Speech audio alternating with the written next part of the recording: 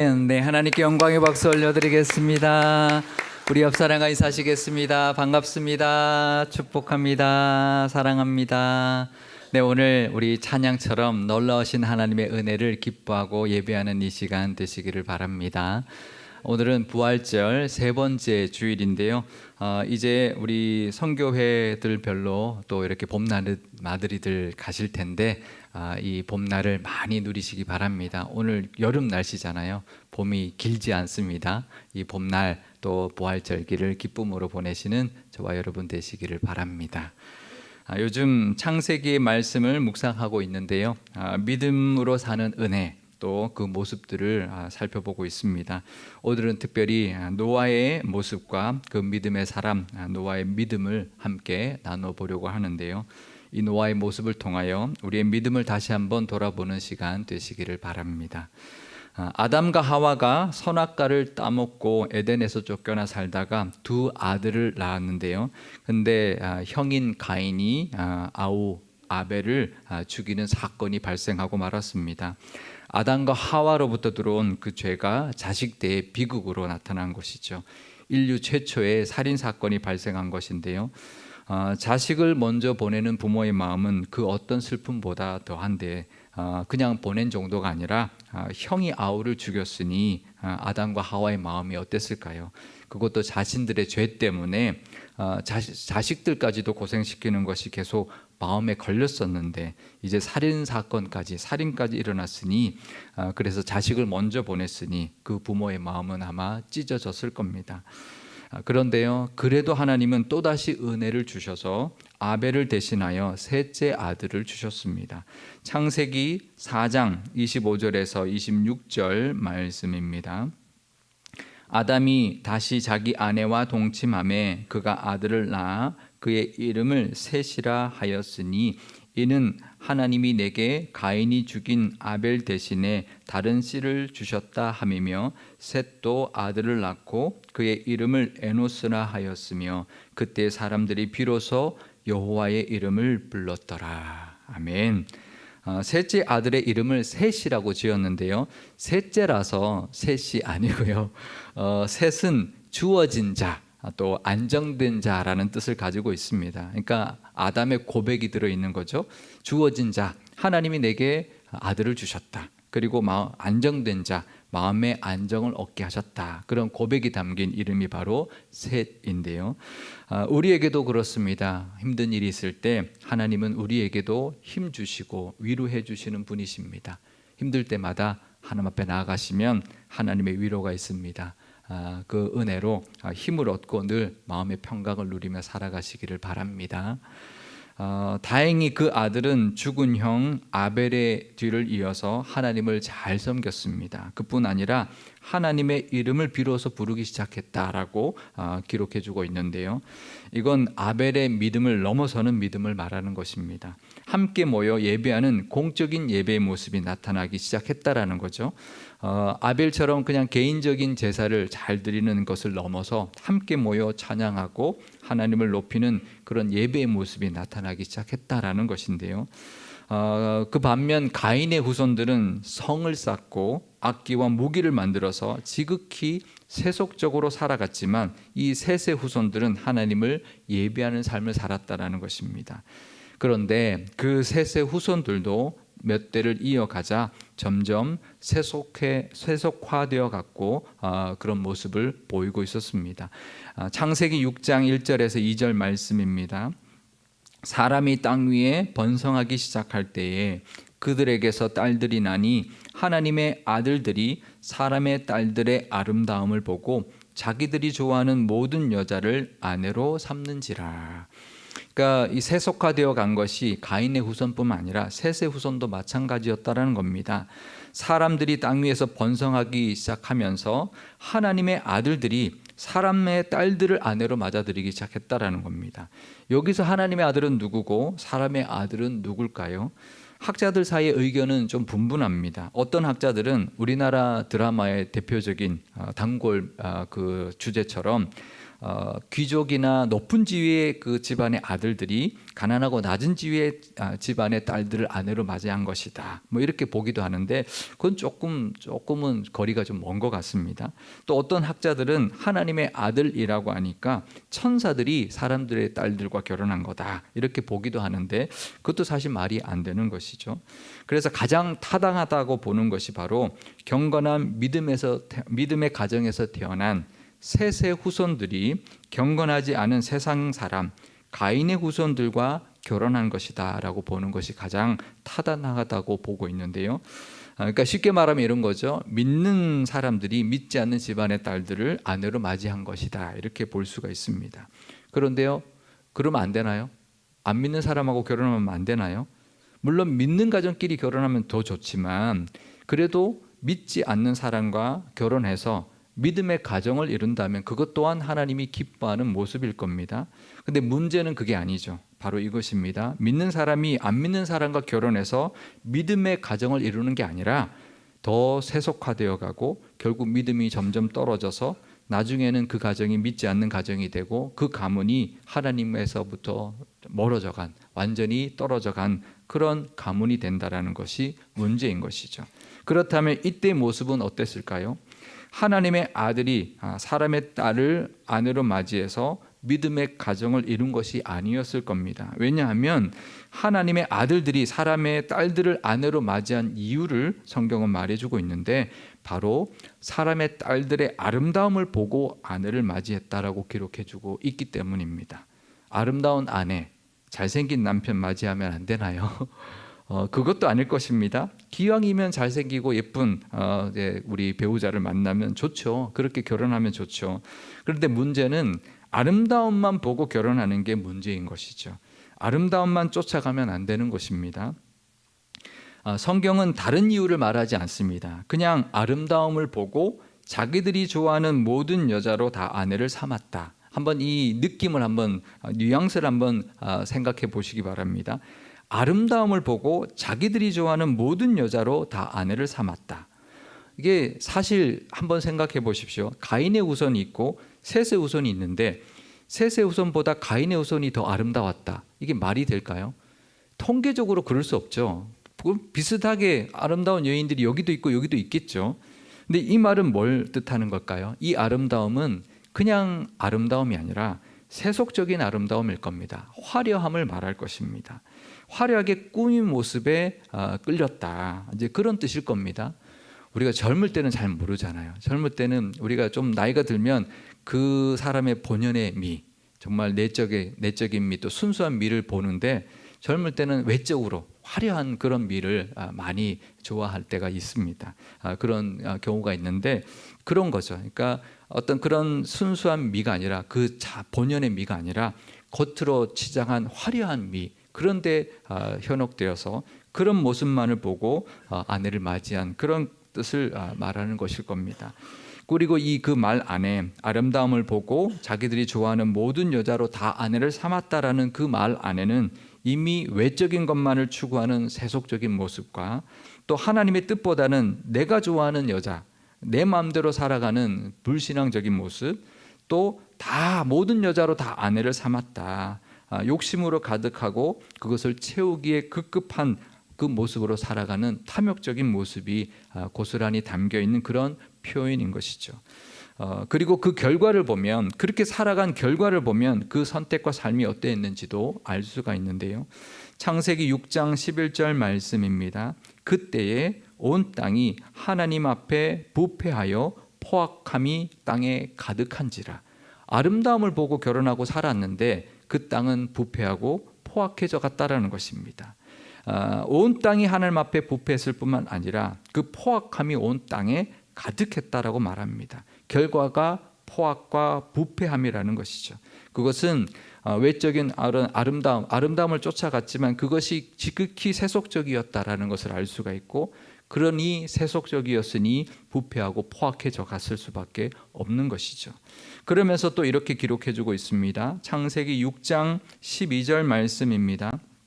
하나님이 보신즉 땅이 부패하였으니 이는 땅에서 모든 혈육 있는 자의 행위가 부패함이었더라. 하나님 보시니 땅도 부패했다는 겁니다. 근데 그 이유가 땅에 사는 모든 사람들의 행위가 부패했기 때문에 땅도 부패했다라는 겁니다. 사람 때문에 땅도 부패해졌다라는 것이죠. 이것은 사람들이 하나님의 대리자의 그 명령을 제대로 지키지 못했기 때문이고 오히려 더 악하게 피조세계를 대했기 때문이었을 겁니다. 이 말씀은 그러면 현재 우리에게도 이 땅에게도 적용하는, 동일하게 적용될 수 있는 말씀인 거죠. 지금 이 온 세상, 온 땅이 부패해져 가고 있습니다. 그 이유가 뭔가요? 사람 때문이죠. 사람들이 하나님 앞에서 부패하고 포악한 모습으로 땅을 대하며 살고 있기 때문입니다. 사람의 부패가 땅을 부패하게 만들고 있는 것이죠. 환경오염은 결국 인간의 죄 때문이라는 것을 우리가 알아야 합니다. 욕심으로 세상을 대하고 죄로 인하여 함께 이 온 땅이 부패해져 가고 있는 것입니다. 그러니 우리는 하나님 앞에서 믿음을 바로 세우고 그 믿음의 모습, 대리자의 그 모습으로 온 땅과 세상을 대하며 살아야 합니다. 믿음을 바로 세우는 것, 그래서 대리자의 사명을 잘 감당하며 살아가는 것이 하나님이 우리에게 원하시는 지금 이 시대의 모습이기도 한 것입니다. 그렇게 살아가시는 저와 여러분 되시기를 바랍니다. 나로 인하여 부패하는 것이 아니라 나로 인하여 새롭게 살아나고 또 새 생명을 얻는 그런 모습으로 살아가는 대리자의 사명 잘 감당하시는 저와 여러분 되시기를 바랍니다. 그런데 그때 그래도 믿음의 사람이 있었습니다. 바로 노아였는데요. 창세기 6장 9절 뒷부분입니다. 노아는 의인이요 당대의 완전한 자라 그는 하나님과 동행하였으며. 노아는 의인이었고 완전한 자였으며 하나님과 동행한 사람이었다라고 성경은 기록해주고 있습니다. 믿음의 한 사람이 있었던 것입니다. 그래서 하나님은 노아에게 방주를 짓게 하고 세상을 홍수로 멸한 뒤에는 그 노아의 가족으로 새로운 인류를 시작하게 하셨습니다. 우리도 이 노아 같은 사람이 되어야 합니다. 온 세상이 부패했지만 아직도 희망이 될 수 있는 믿음의 한 사람이 되어야 합니다. 다 이 노아 같은 사람들, 믿음의 사람들 다 되시기를 바랍니다. 아마 겉으로는 아멘 하시지만 속으로는 그럴 거예요. 아유, 우리가 어떻게 노아 같은 사람이 될 수 있나요? 이제 그렇게 생각하실 겁니다. 그런데요, 오늘 본문을 보면 우리가 노아 같은 사람 될 수 있습니다. 노아는 우리가 범접할 수 없는 그런 사람이 아닙니다. 절대로 그렇지 않습니다. 왜냐하면 의인이었다고 하니 우리가 어떻게 의인이 될 수 있나 이렇게 생각할 수 있을 텐데요. 이때 의인은 차띠크라는 단어를 쓰는데 이거는 절대적인 의의 의인을 말하는 것이 아닙니다. 상대적인 의의 의를 말하는 것입니다. 그러니까 완전한 의가 아니라 상대적으로 의롭게 살아가는 사람, 그 당시 사람들에 비해서 그래도 믿음으로 살려고 했던 그런 의로운 사람이었다. 의롭게 살려고 노력한 믿음의 사람이었다라는 뜻입니다. 그리고 완전한 자라고 하는 표현도 마찬가지인데요. 탐임이라는 단어를 쓰는데 전체의 온전한 이런 뜻을 가지고 있는 단어인데 이건 흠이 없이 완벽한 그런 완전함을 뜻하는 게 아닙니다. 삶의 전반적인 모습이 그래도 하나님 보시기에 온전하려고 하는 모습, 그 사는 모습을 하나님께 온전히 드리려고 하는 모습, 하나님 뜻에 합당하게 살아가려고 노력하는 자세를 뜻하는 것입니다. 그러니까 완벽한 게 아니라 좀 전반적으로 하나님이 기뻐하시는 모습으로 살려고 노력하는 그런 모습이라는 것이죠. 그러니 노아가 대단한 사람 아니라는 것이죠. 믿음으로 살려고 노력했던 사람이라는 뜻입니다. 그렇다면 우리도 이 모습을 가져야 할 것입니다. 우리의 의도 완전할 수 없습니다. 그래서 우리의 의가 되어주신 예수님의 그 십자가의 의를 붙들고 의롭게 살아가려고 노력해야 하는 것이 우리의 모습이기도 한 것이죠. 부족하지만 그래도 우리의 삶의 모든 영역이 하나님의 뜻에 합당하게 살아가려고 노력해야 하는 것입니다. 그 모습이 믿음의 모습뿐만 아니라 교회에서뿐만 아니라 삶의 전반에 우리가 살아가는 일주일 내내 다 나타나야 하는 것입니다. 그래서 누가 봐도 믿는 사람이라 인정받을 수 있어야 합니다. 우리가 세상 살면서 우리가 또 만나는 안 믿는 사람에게도 저 사람은 믿어도 제대로 믿는 사람이다. 그런 인정을 받을 수 있게 살아야 하는 것입니다. 살면서 주변 사람들에게도 믿음의 사람이라고 인정받으며 살아가시기를 바랍니다. 그게 하나님께도 인정받는 믿음의 모습입니다. 그렇게 살아가시는 저와 여러분 되시기를 바랍니다. 그런데요, 9절 바로 앞절에 8절에 보면 노아에 대하여 이렇게 말해주고 있는데요. 창세기 6장 8절 말씀입니다. 그러나 노아는 여호와께 은혜를 입었더라. 그러니까 세상은 모든 사람들은 다 부패해져 갔지만 그러나 노아는 하나님께 은혜를 입었다는 것입니다. 노아가 그렇게 의인이요 완전한 한 사람이요 또 하나님과 동행할 수 있었던 것은 하나님께 은혜를 입었기 때문이라는 것입니다. 그런데요, 이때 입었다라고 하는 단어는 마차라는 단어를 쓰는데 이 단어는 얻었다라는 뜻도 있지만 발견하다, 깨닫다라는 뜻도 가지고 있는 단어입니다. 그러니까 노아가 하나님께 은혜를 입었다라는 이 표현에는 두 가지의 의미가 다 들어있는 거죠. 노아가 하나님의 은혜를 발견하고 깨달았기 때문에 그 은혜를 입을 수 있었다라는 겁니다. 은혜를 발견하고 깨닫는 자가 은혜를 입을 수 있습니다. 은혜를 모르는데 어떻게 은혜를 입고 살아갈 수 있을까요? 은혜를 알아야 은혜를 얻고 누릴 수가 있는 것입니다. 노아는 하나님의 은혜를 깨달았고 그 은혜를 입었기 때문에 세상에서 의롭게 살려 했고 삶의 모든 영역에서 경건하게 살려는 온전함이 있었던 것입니다. 그게 바로 하나님과 동행하는 했던 모습인 것이죠. 우리는 이 부패한 세상에서 부패함을 탓할 것이 아니라 나만이라도 하나님 앞에 바로 서 있어야 합니다. 그럴 때 내가 있는 곳에 하나님의 은혜가 임하게 될 것입니다. 나로 인하여 하나님의 은혜가 세상으로 흘러가게 될 것입니다. 마치 황폐한 땅에 돋아난 씨앗이 날아와 새싹이 자라고 나무가 되어서 그 나무 때문에 그 땅이 숲으로 변해가는 것처럼 그런 기적을 만들게 될 것입니다. 우리도 노아 같은 사람들입니다. 노아가 대단해서 방주를 짓고 온 생명을 구하고 새로운 시대를 연 것이 아닙니다. 하나님의 은혜 때문이었습니다. 하나님의 은혜를 발견했기 때문이고 그 은혜를 깨달았기 때문입니다. 그리고 하나님께 그 은혜를 입었기 때문입니다. 우리도 그렇습니다. 우리도 하나님의 은혜를 입었기 때문에 하나님의 은혜가 있었기 때문에 이 자리에 있는 것입니다. 하나님의 은혜가 아니라면 우리도 이 자리에 없을 것입니다. 하나님의 은혜가 있었기 때문에 지금의 우리가 있는 것입니다. 하나님의 은혜가 있었기 때문에 우리 교회도 70주년을 맞이하게 된 것입니다. 그 은혜에 먼저 감사하실 수 있기를 바랍니다. 그리고 그 은혜는 내가 발견하고 깨달을 때 임하게 된다는 것도 늘 기억하시기를 바랍니다. 하나님은 우리의 삶에 참으로 많은 은혜를 부어주고 계십니다. 지금도 부어주고 계시고요. 날마다 매 순간마다 부어주고 계십니다. 어떤 일을 만나더라도 어떤 상황 속에서도 하나님은 우리에게 은혜를 부어주고 계십니다. 그 은혜를 발견하시고 그 은혜를 깨닫고 감사하십시오. 그러면 그 은혜가 우리를 덮을 것이고 더 큰 은혜가 우리에게 임하게 될 것입니다. 또 하나 우리가 기억해야 할 것은요, 노아 시대 이후에 또다시 부패해져 갔다는 것입니다. 노아 시대 이후에 사람들은 바벨탑을 쌓았습니다. 바벨탑은 노아 시대 이전에 부패한 세상 사람들이 세운 것이 아닙니다. 노아 시대 이후에 사람들이 또다시 부패하여서 은혜를 잊어버리고 또 세속화되어 가니 바벨탑을 세운 것입니다. 은혜를 놓치면 언제든지 세속화되어 갈 것이고 하나님의 은혜에서 멀어지게 될 것입니다. 세상의 아름다움에 미혹되고 하나님의 뜻이 아니라 내 마음대로 살아가게 될 것이고 욕심을 따라 살아가는 그런 모습이 되고 말 것입니다. 그런 이 세대 속에서 노아 시대 같은 이 시대 속에서 우리도 노아 같은 사람들이 되어야 합니다. 그러기 위해서는 우리는 끊임없이 은혜를 붙들어야 합니다. 하나님께서 부어주고 계시는 은혜를 끊임없이 발견하고 깨달아서 그 은혜를 날마다 덧입고 살아가야 합니다. 때로는 부족할 때도 있을 것입니다. 그래도 하나님의 은혜를 기억하며 의롭게 살아가려 해야 합니다. 하나님이 기뻐하시는 모습으로 경건하게 살아가려 해야 할 것입니다. 우리가 노아가 대단한 사람이 아니다, 우리도 노아처럼 될 수 있다 그랬지만 우리가 노아처럼 온 세상을 구원하지 못하겠죠. 하지만 그래도 최소한 내가 있는 곳은 구할 수 있는 작은 노아는 되어야 합니다.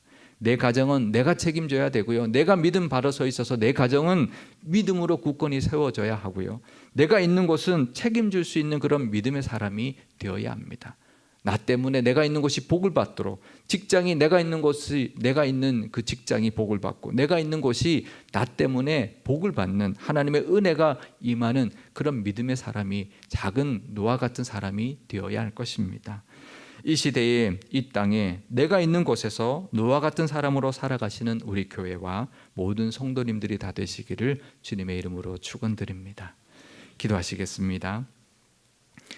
우리에게도 늘 은혜를 부어주고 계시는 하나님 아버지, 이 온 세상이 봄꽃으로 아름답게 피어나는 계절을 허락해 주시니 감사드립니다.